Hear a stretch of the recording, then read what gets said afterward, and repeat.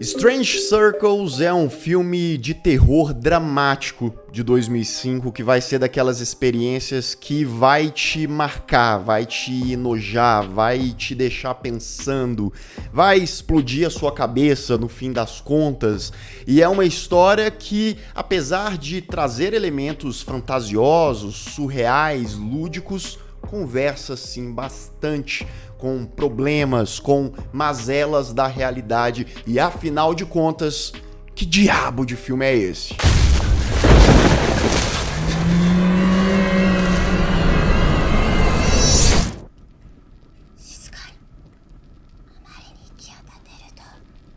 Sejam todos muito bem-vindos a mais um Refúgio Cult, meus amigos, hoje pra gente falar sobre Strange Circles, algo como circo estranho, e bota estranho nisso, tá? Filme japonês do Sion Sono, realizador, né, cineasta, que eu já trouxe um outro filme dele recentemente aqui, que é o Tag.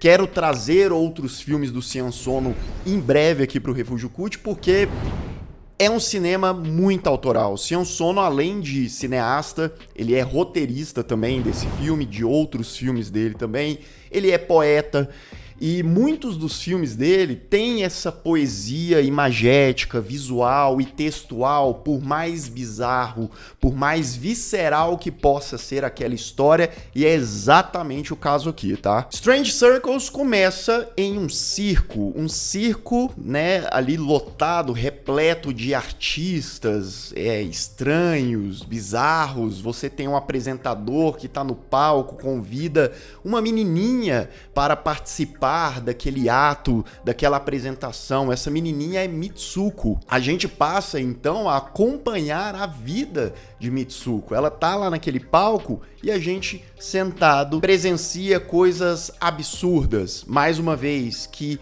estão com um pezinho na fantasia, mas com outro pé totalmente ali na realidade. Mitsuko tem uma família completamente disfuncional, sofre abusos naquela família, né? A gente vê a relação dela com a mãe, a relação dela com o pai, e nessa narrativa e na direção do filme também, a dor daquela menina, da Mitsuko, internamente é transferida pro exterior, pro ambiente, pras cores que são utilizadas, pela mise-en-scène, pelas paredes daquele lugar pintadas de vermelho, pelos objetos irregulares e estranhos que estão espalhados pelos lugares que ela vai passando. Um verdadeiro circo estranho e perturbador de uma família quebrada, e como aquilo vai pesar na vida daquela menina. Será que existe qualquer resquício de esperança ou de uma forma de sair daquilo, né, de uma vida como aquela que Mitsuko vive?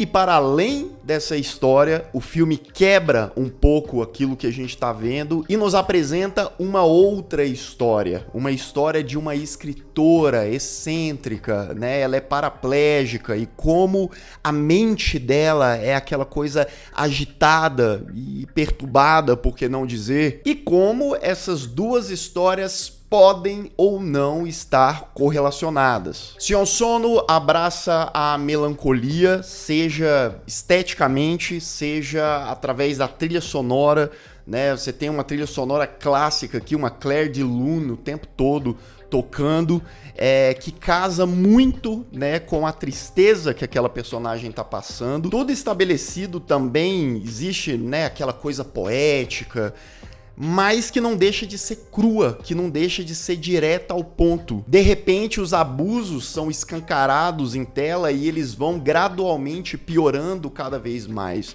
né? Tanto em aspectos físicos quanto em aspectos psicológicos. E com isso, o diretor intercala esse drama com o terror. Visualmente falando também, o terror tá aqui.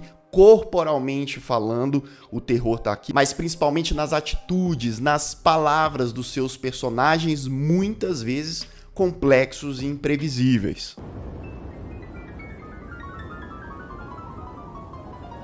O diretor concebe o filme dele tal qual um pesadelo muitas vezes, tá? E isso também é o trabalho da direção, diretamente ligado à montagem do filme, a maneira como ele vai expondo aquelas imagens, vai quebrando algumas coisas, vai filmando de forma mais irregular, vai propondo pontos de vistas em cena que são pensados para duas coisas no meu ponto de vista, tanto para imersão, né? A gente vê em alguns pontos um personagem preso em um determinado objeto, então muitas vezes o diretor bota a gente na pele daquele personagem, entre aspas, na primeira pessoa, ou simplesmente momentos que a câmera tá focando em lugares de forma irregular, justamente para enfatizar a seriedade e o grau de perturbação daquilo que a gente tá presenciando em tela. O elenco todo do filme é muito bom, mas o trabalho da protagonista, da Masumi Miyazaki, é disparado o mais complexo, é o que mais apresenta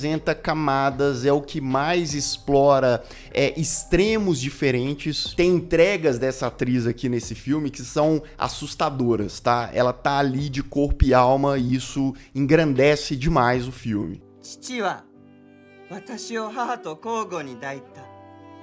Eu acho esse filme do Sion Sono, entre outras obras dele, mas esse filme aqui, ele tem um universo muito particular. Porque eu vou repetir isso, mas por um motivo importante, né? Porque ele mistura essa coisa do surreal com o real, trazendo o aspecto circense para essa coisa estética surrealista, enquanto intercala também com uma realidade que não necessariamente é limpinha e é normal. A própria realidade, ela tem elementos ali fora do comum também. Ou seja, deixando bem claro como esse cotidiano, essa coisa pé no chão, não tá tão longe assim daquela fantasia, daquele pesadelo. Sem falar de todos os elementos de intertextualidade desse filme aqui, do que tá entre linha, do que é metalinguagem, da questão do trauma, do sofrimento, que é transformado, é passado como forma artística, como o grotesco é, por exemplo, transformado em poesia.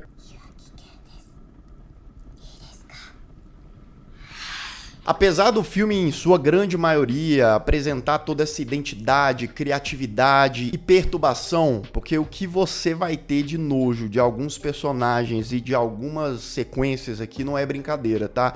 O filme tem sim, principalmente no seu segundo ato em diante, um ou outro segmento do filme se torna menos interessante pro contexto em geral. Tem até um momentinho ou outro que parecem aqueles famosos tapa-buracos ali, evidentes demais, mas toda a manipulação e todo o malabarismo de temas, elementos e muita coisa que é tabu que o diretor Sion Sono traz para essa obra aqui, a torna, sobretudo, uma obra marcante e completamente controversa, tá? Eu dou para Strange Circles uma nota 8. A vida imita a arte imita a vida, e esse filme aqui é um exemplo que nos mostra como, nos dois casos, o sofrimento é algo sempre presente. Atenção! Aviso de spoiler. A partir de agora, continue por sua conta e risco.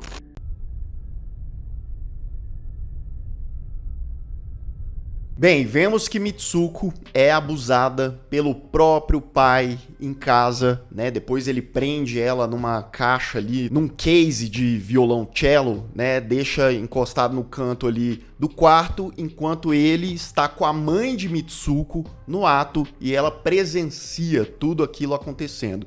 Então, quando ele não está com a mãe, ele está com a filha. E a partir do momento em que a mãe da Mitsuko descobre o que tá acontecendo, né, ela vê ali que o cara, o marido dela, tá abusando da própria filha, aquilo se torna rotina da família. A mulher, porque não quer perder o marido, né, ela passa inclusive a ter conflitos com a própria filha.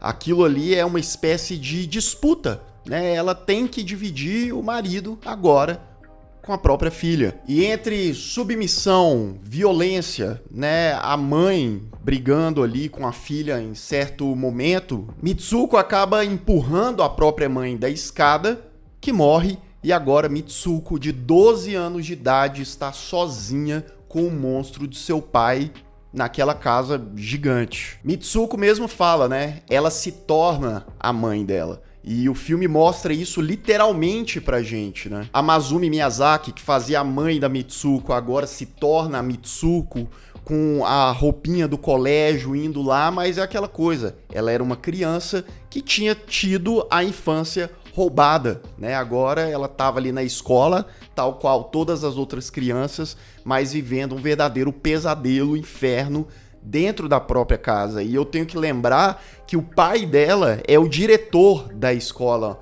onde ela estuda, né? Um cara influente, um cara poderoso, um cara que ninguém imagina que faria aquilo.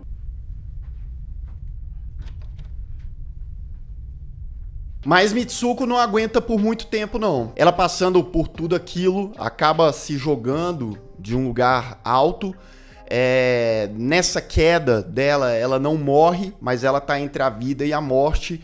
Ela é levada às pressas pro hospital, passa por uma cirurgia, a gente até vê ali detalhes dessa cirurgia, o gore e a vermelhidão tomando conta, enquanto numa espécie de alucinação da Mitsuko, ela imagina o circo estranho, né? Aqueles artistas e ela assistindo aquela apresentação circense com a mãe dela, feliz ali. Só que aquela apresentação ela vai ficando cada vez mais estranha, ela vai ficando mais distorcida e felizmente, ou diria infelizmente, Mitsuko é salva, né? Ela fica viva, mas ela fica paraplégica, ela fica de cadeira de rodas, né? Acorda no hospital e ao lado dela está o seu pai. Essa história de Mitsuko, na verdade, está sendo escrita pela Taeko, uma romancista que também é paraplégica, que está em cadeira de rodas, que é uma mulher excêntrica, que mora num lugar excêntrico, que é rica,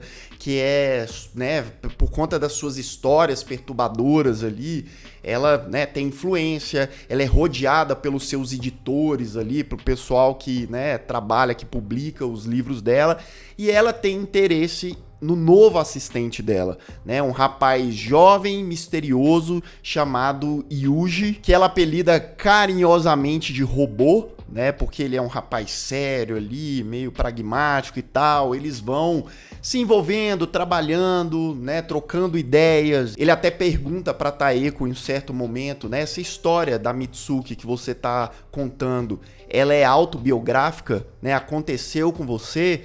E a Taeko dá risada e fala que não, aquilo era apenas ficção.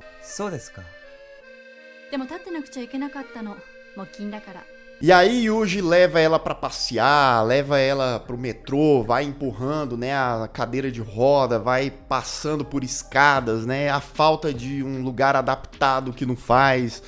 E aí, detalhe, tá? A gente vai vendo algumas coisas que estão ligadas ali à história, à ficção de Taeko, né? Como, por exemplo, músicos carregando os cases ali de instrumentos.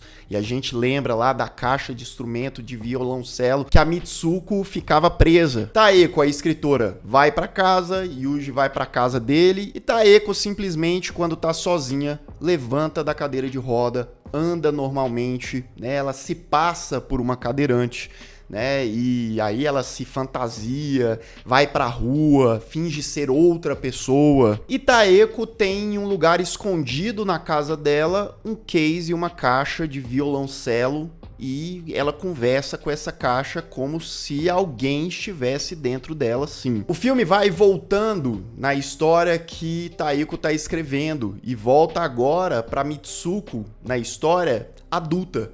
Ela não parece com a mãe dela, agora eles pegam uma outra atriz, mas o sofrimento dela é o mesmo.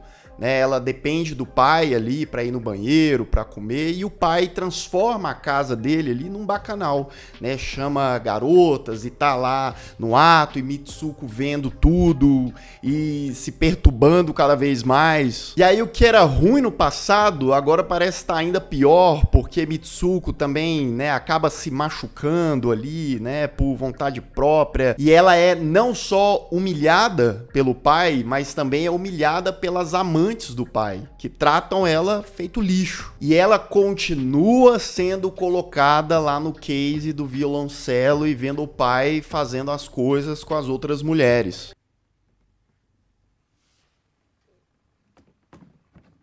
Do lado de cá, lembra do assistente, o Yuji? A gente vê numa cena rápida que ele vai numa reunião de pessoas que se machucam também, e aí chega nele, ele fala que, né, o peito dele é machucado e tal, ele mostra ali pro pessoal, a gente não vê, né, mas a gente vê que aquele rapaz também tem vários problemas. Taeko, a escritora, né, de vez em quando ela bota uma comida na caixa de violoncelo dela, né, realmente alimentando algo ou alguém que está lá dentro. Ela recebe uma ligação do robô, do Yuji, falando, me encontra em tal lugar, não sei o quê. Aí ela sai, vai ao encontro dele, só que na verdade é um plano do Yuji, é um plano do robô que entra na casa, tira o que está dentro da caixa ali da Taeko, liga pra Taeko e fala, eu tô com o seu bichinho de estimação, vai lá na casa dos seus pais, na antiga casa dos seus pais, a gente se encontra lá.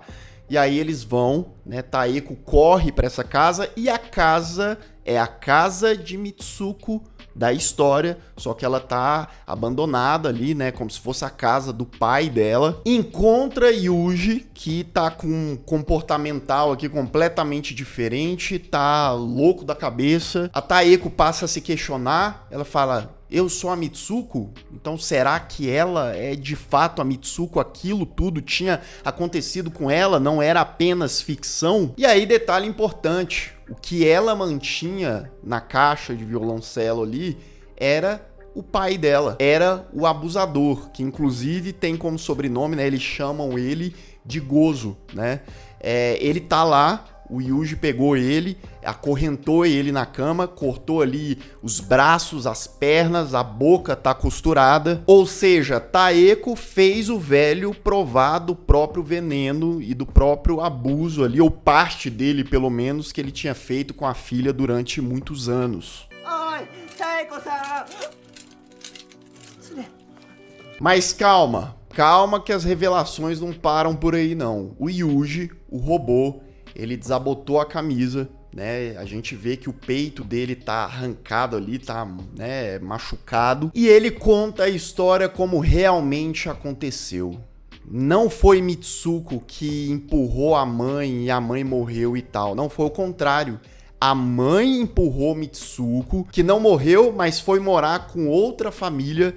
E Mitsuko, na verdade, era Yuji. Ele tinha removido os próprios peitos, né? Por isso que ele tava machucado ali. E acabou se assumindo uma outra pessoa, talvez para esquecer aquilo, para deixar aqueles traumas ou tentar abandonar aqueles traumas. E detalhe, né? Taeko, que na verdade mesmo era mãe de Mitsuko, fazia aquela palhaçada de fingir que era paraplégica por culpa, por ressentimento de ter perdido a filha, de ter jogado a filha na escada. Yuji / Mitsuko, né, tá batendo ali no véi na cama, chutando, gritando, chorando, um momento caótico, até que ele pega uma motosserra e vai em direção a Taeko para fazer a mesma coisa com ela também, e Taeko acorda, ela tá no hotel, tá bem, né, ela não tem cadeira de rodas ali no hotel, Yuji tá lá, né, aparentemente ele não era Mitsuko, tudo aquilo era um sonho, ou melhor dizendo, um pesadelo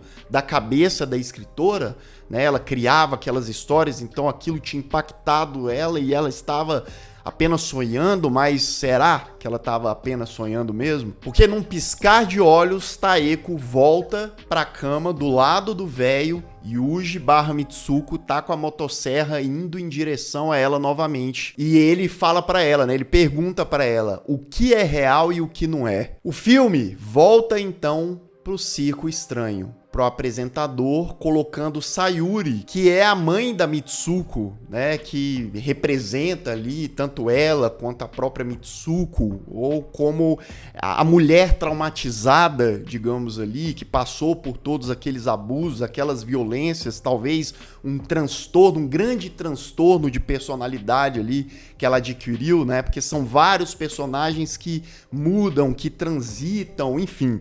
E ela, né, bota a cabeça dela na guilhotina do circo ali. O apresentador tira a face dele e se revela ser o abusador, o pai de Mitsuko, né, o Gozo. E a gente vê todos os personagens que passaram por aquela história, desde Mitsuko até Yuji e os outros, batendo palma e esperando, né, a guilhotina cair, até a guilhotina cair no pescoço da mulher.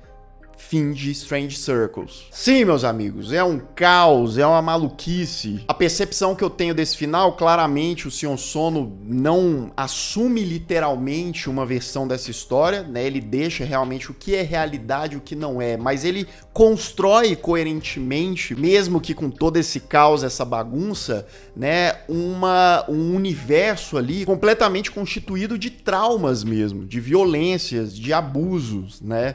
E eu acho que ele consegue estabelecer esse pesadelo mesmo, ele consegue trazer essa sensação, né, do que é real, do que não é, mas existe ali definitivamente uma pessoa quebrada, uma pessoa que passou por muitas daquelas coisas, ou quem sabe todas aquelas coisas, né, e que agora estava ali no fim. O Circo Estranho era todo compilado, né, toda a aglomeração de momentos que aquela pessoa tinha passado e o porquê que ela estava tão quebrada assim. Bem, essa é a minha percepção. E você, já assistiu Strange Circles? Você tem alguma outra interpretação sobre esses personagens, essa história, esse final que dá pano pra manga, que dá margem aí para diversas interpretações? Deixa aqui nos comentários. E se você ainda não é inscrito aqui no canal, se inscreva aqui embaixo, clique no sininho para receber todas as notificações e deixe o seu like, que ajuda muito o Refúgio Cult. E eu vou ficando por aqui. Caso você não tenha assistido os últimos vídeos do canal, ó, estão aparecendo bem aqui do meu lado, é só clicar e assistir caso o YouTube não tenha te mandado. Um grande abraço e até mais.